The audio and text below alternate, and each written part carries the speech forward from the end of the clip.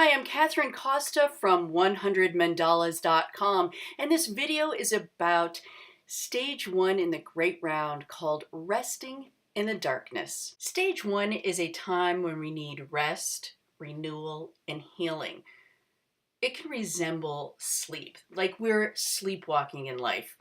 There's this desire to hibernate. We may feel weighed down, forgetful. It's a time to be still. When I first learned about this stage, I recognized it immediately. Now, I wasn't experiencing stage one when I was reading it, but I recalled a time in the not so distant past when I was there. Let me tell you that story. I had a string of losses in my life, starting with the death of my beloved dog. Shortly after that, my son, who had been living with me for 7 years, was ready to go live with his father, and he needed to do that. So he moved 1,800 miles away from me. I was living in New Hampshire, his father was in Colorado. And that was really unexpected for me because I had this idea that he was going to be with me for another 4 years before he flew the nest. And he flew the nest from me much sooner than that. And it was the first time I ever lived by myself. So I didn't even have my dog. My son moved away. And there was this deep sense of sadness and loneliness. A year later, my mother unexpectedly died. And then 10 months after that, my father died. So you can imagine, I got a lot of experience with loss all in one condensed period. And about a year after my father's death, I took a trip out to Colorado. Now, the way I was feeling going out there, I was still in grieving mode. I had felt the way that felt for me was I had no energy. On the outside, it looked like I was creative. I was producing. My job required that I be creative. I was maintaining my blog, but the blog posts were very few and far between. And it was a real struggle for me to do anything creatively. And all I wanted to do was sleep. And I really was thinking, seriously thinking about unplugging from everything that I was doing, unplugging from social media, unplugging from quitting my blog, quitting on my creative dreams. And I was just going to, my idea was, you know what, I think I'm going to just go through life walking through it like a ghost, because that's how I felt. I wasn't suicidal, but I just had no interest in engaging in life. I was in stage one. So I take this trip, I go out to Colorado, and where I was staying was in this home that was nestled in this wooded area in a beautiful mountain in northwest Colorado, Clark, Colorado, just outside of Steamboat Springs. And I was staying with a friend who is really into watercolors, and I brought with me a watercolor journal and a small set of Japanese watercolor paints that I hadn't even used before. And she was really into watercolor, so she pulled out all hers, and she had taken classes over the years, and so she gave me some instruction on how to mix watercolors and blend, and she gave me some playful tips of scrunching saran wrap to create some interesting effects or sprinkling salt. And I sat on her deck in this beautiful environment and had my own art retreat. And she had a lot of work that she needed to do in her garden. So she spent the day puttering around in the garden while I puttered around with the watercolors. And I had no objective in mind when I sat down to work in my journal. I was purely playing. I was there to just experiment and experience what I could do with these watercolors. And it's very freeing when you create like that, when you're not, there's no pressure of performance. It's just more of curiosity. So I sat down and I was playing with, getting my brush wet and moving that water and that pigment across the page and really feeling the brush. And I worked organically and intuitively. I just was in the moment of what I discovered was that I really didn't want to give up on my creativity. I really didn't want to pull the plug. I didn't want to quit life. I felt within that moment that desire to be creatively active again. And so the whole week, I kept playing in my journal, and a lot of things came up. And one thing that showed up were mandalas. And I hadn't been paying attention to mandalas for many years. I had learned about mandalas 18 years earlier, and here they were showing up again. It was like an old friend showing up in my journal. I wrote in the margins of what I was painting, and I wrote around a mandala and said, hey, I'm curious to learn more about the work of Carl Jung. I remember hearing about that 18 years ago. I want to dive into this and explore my own inner landscape of ideas and feelings through this process of creating intuitively mandalas. And it's interesting because that led me to where I am today and sharing what I've learned with others in this Great Round course. And so while on this trip in Colorado, one thing I really wanted to experience was to go back up to a very special place. It was up on a mountain pass called Rabbit Ears Pass, with this awesome vista looking out on a valley and these majestic mountains in the backdrop. I had a very special moment there many years prior, what I would describe as a transcendental moment. It was one of these moments where I really felt the awesomeness of being alive and being part of this amazing world that we live in, where at once I felt both small and part of something really grand. It was incredible. So I wanted to go back to this special spot because I think I desired that transcendental experience. So I got up early one morning and I drove up to the pass and to the spot that I remembered having this experience. And what did I find? There was no vista to be had. It was all socked in fog.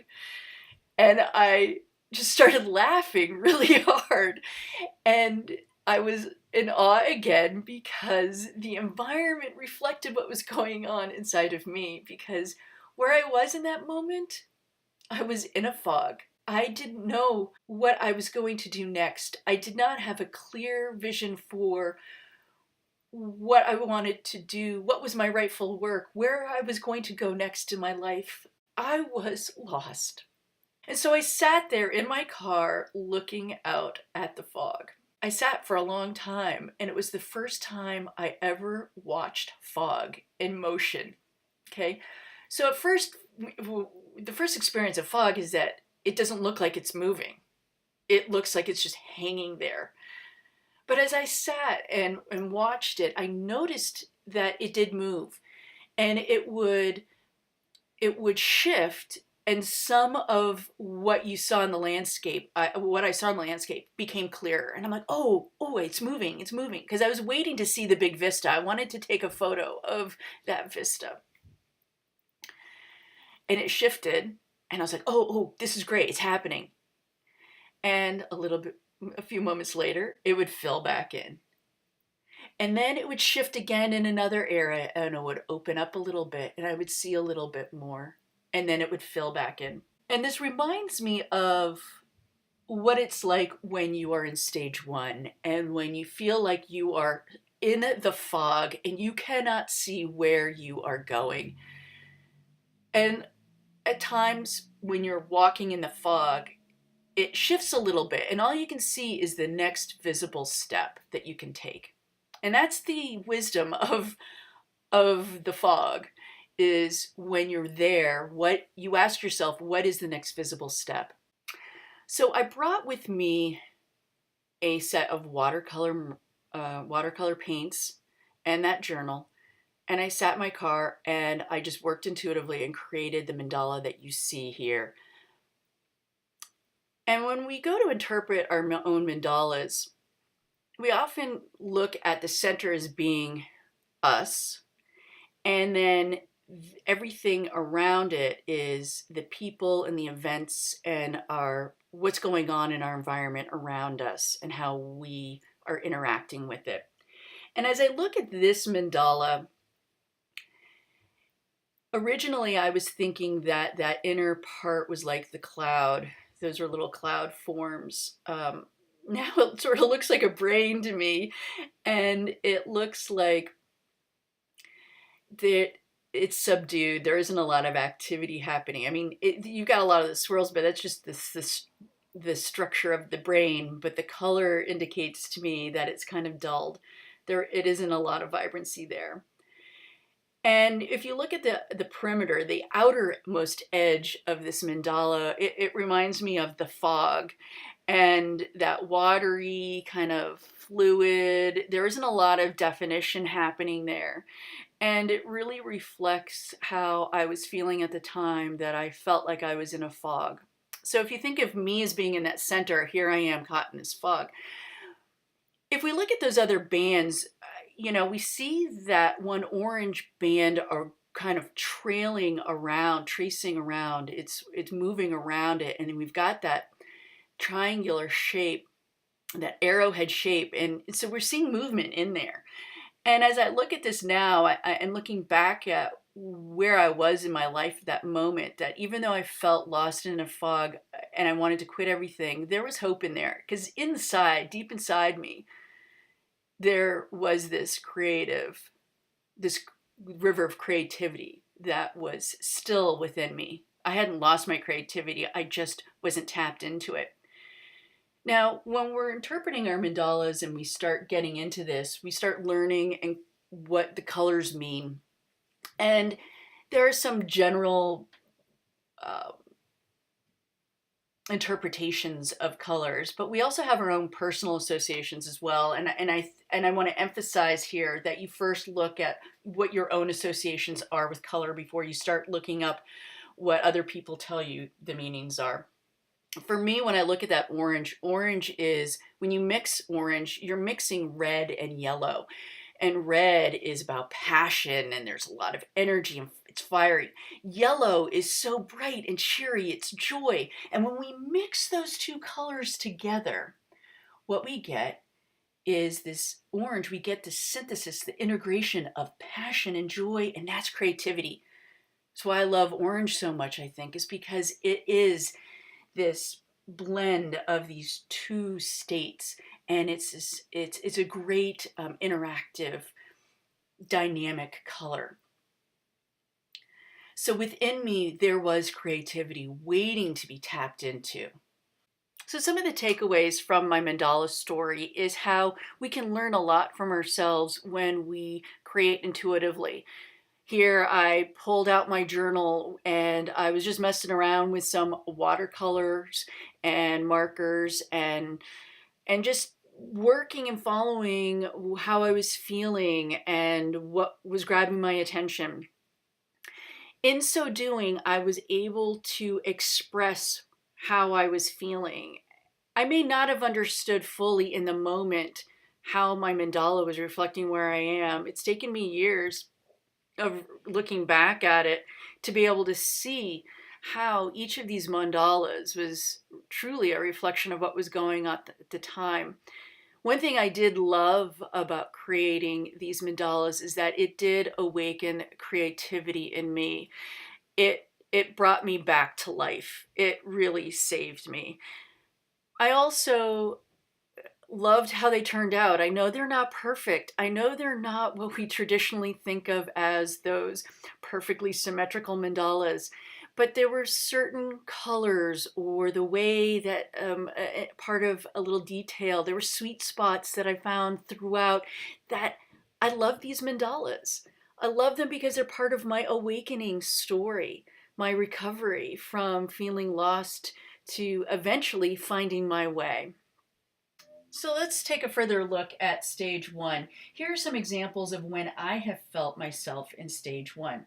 So anytime where I've been sick, so sick that I have no energy, all I want to do is sleep.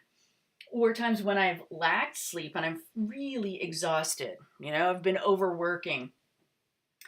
Feelings of depression, anxiety. Seasonal light changes can trigger this stage.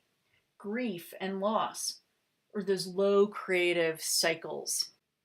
I found this quote that I wrote in my journal when I was in stage one, and it really helped me to take heart and start shifting out of this stage.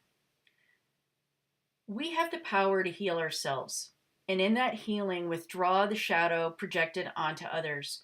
We have the means to transform darkness into light, to set evil aside for all time. Peace but awaits our journey. The part of this quote by Barry Brailsford that really spoke to me was that first section where he writes, "We have the power to heal ourselves."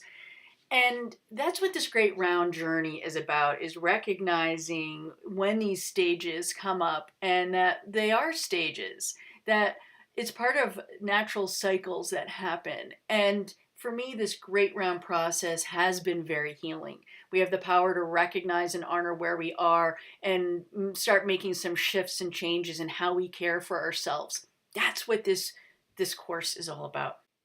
Stage one teaches us that we need periods of rest, that creative cycles are normal, that those foggy moments can actually help us to focus and gain clarity.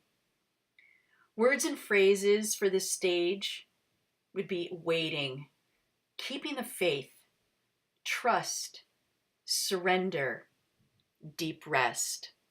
Here are some affirmations to help you when you're in stage one. I surrender and trust nature's process.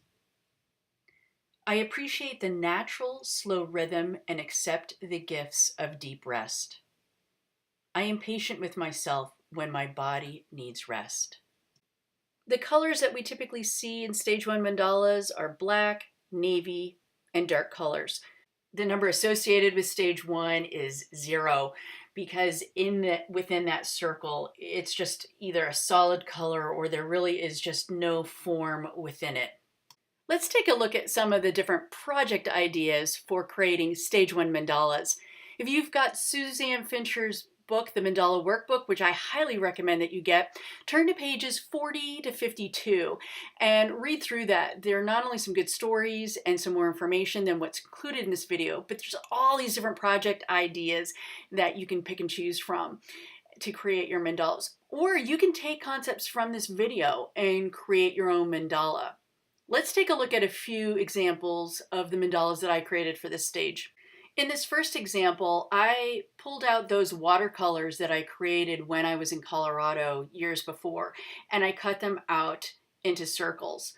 This project isn't in Suzanne's book, but it's one that you can do. You could pull out some watercolors and just play with filling a circle with different watercolors, and you could have fun sprinkling salt on it or taking plastic wrap and pressing it onto the surface and letting it dry. And once it's fully dry, pulling that plastic wrap up to see the interesting effects that you get. Definitely pull out Payne's Gray and mix it with other colors. You know, you're adding a little bit of that fog to those colors that mutes them a bit, takes down that vibrancy. And or you may just take some black paint and just feel that paint swirling around within that circle. The spiderweb mandala activity comes from Suzanne Fincher's book, and it's one that I really enjoyed creating. You don't need anything fancy or no tools required for this. What you do is you take a piece of paper and you trace a circle on it. You get a plate or some other round object and trace a circle, and then draw lines connecting from one end of the circle to the next, making sure you go through the center, and put at least 6 in there so you have a dozen sections or more. And when you look at my mandala, you can see that I didn't use a ruler. I didn't use any tools. I wanted mine to look natural and organic, like a spider web would. And I also didn't want to be distracted by trying to reach any sort of perfection here, because that has nothing to do with this process of creating this mandala. It's all about feeling the safetiness of working within the confinements of a circle and then getting into the rhythm of drawing these shapes these lines as we go around and around from section to section, starting from the center and working our way outward. There's definitely a rhythm that you can feel, and it's very relaxing. It's like a lullaby. We're lulling ourselves as we go from one section to the next. You can use a black or dark colored piece of paper and then make your markings with a white charcoal pencil. You could use a white gel pen. If you have a set of colored pencils, pull out your white one. Here you can see I used a dark blue, a scrapbook piece of paper, and then I used a white charcoal, a white gel pen, and then I added just some markings I traced around again with it in a charcoal just to give it a little more depth to it. So I actually cycled around my web 3 times in this example. If you don't have a dark colored piece of paper, by all means, pull out what you have. If you're using a white piece of paper, get a charcoal pencil, or you can use a marker. You can use colored pencils, crayons, pastels. I encourage you to work with mediums that are soft. We want to get away from this feeling of trying to create something perfect here. We want to get into that feeling and the movement of creating this design. Suzanne mentions in her book that the spider is prominent in mythologies of Native American tribes. She is also found in the creation stories of India, where it is said that the spider brings the world into being through her delicate rhythmic weaving. My association with the spider and her web is that it can be a metaphor for weaving our dreams. So as you're creating your spider web mandala, think about your dreams and what are you doing to work towards those dreams? What can you do? How are you weaving your dreams? What kind of energy are you putting into it? The Womandala bag is another exercise from Suzanne Fincher's book. The name Womandala is a play of combining the words woman and mandala. Suzanne writes, in the construction of the Womandala bag, you use a circle to create a container where tender wishes, longings, and inspirations can be safely held and protected. Your Womandala bag can hold precious objects that need to be set apart to honor a memory, mourn a loss, or nurture an aspiration. So to create your mandala bag, choose a piece of leather or fabric in a color and texture that speaks to you of the dark, nurturing power of mystery. Measure and cut out a circle or a square from the material you have chosen, and know that you can leave your edges ragged. Here I used pinking shears and had a little pattern to my edge. Now with your compass or other circular template, trace a circle on your material on one or both sides and leave at least a ½ inch between the circle you draw and the outside edge of your material. Within the space of the circle, decorate with craft paints, beads, and embroidery to incorporate symbols of light at the heart of darkness. And if you prefer, you can leave your material plain and not paint or embellish it. Make an even number of slits or holes along the circle with scissors and awl or other hole punch. And weave a leather cord or ribbon or yarn through the holes. And then you can tie that together to close it up to create your little pouch. So let this Womandala bag be a special place for you to put things that need to be nurtured, invoked, or held in safety. This might be prayers, intentions, or affirmations on small pieces of paper. Other possibilities include pictures or objects symbolic of something you want to welcome into your life on this turning of the great round. Those are 3 ideas to get you started creating your stage 1 mandalas. I, again, highly recommend that you get Suzanne Fincher's book to get more ideas. As we draw this video to a close, I wanted to end with a heartfelt thank you to all of the artists who shared their mandala art for this lesson. Thank you Chris Van Reeth, Jane Evans, Judy Gonnet-Jones, Navina Lunik, and Ria Melgert. For those of you who are watching this video and enrolled in the course, I am so excited to see your stage one mandalas. Don't be shy, share them with us. And when you post your mandalas, share with us examples of when you felt like you were in stage one. What are your mandala stories? We are so looking forward to hearing from you.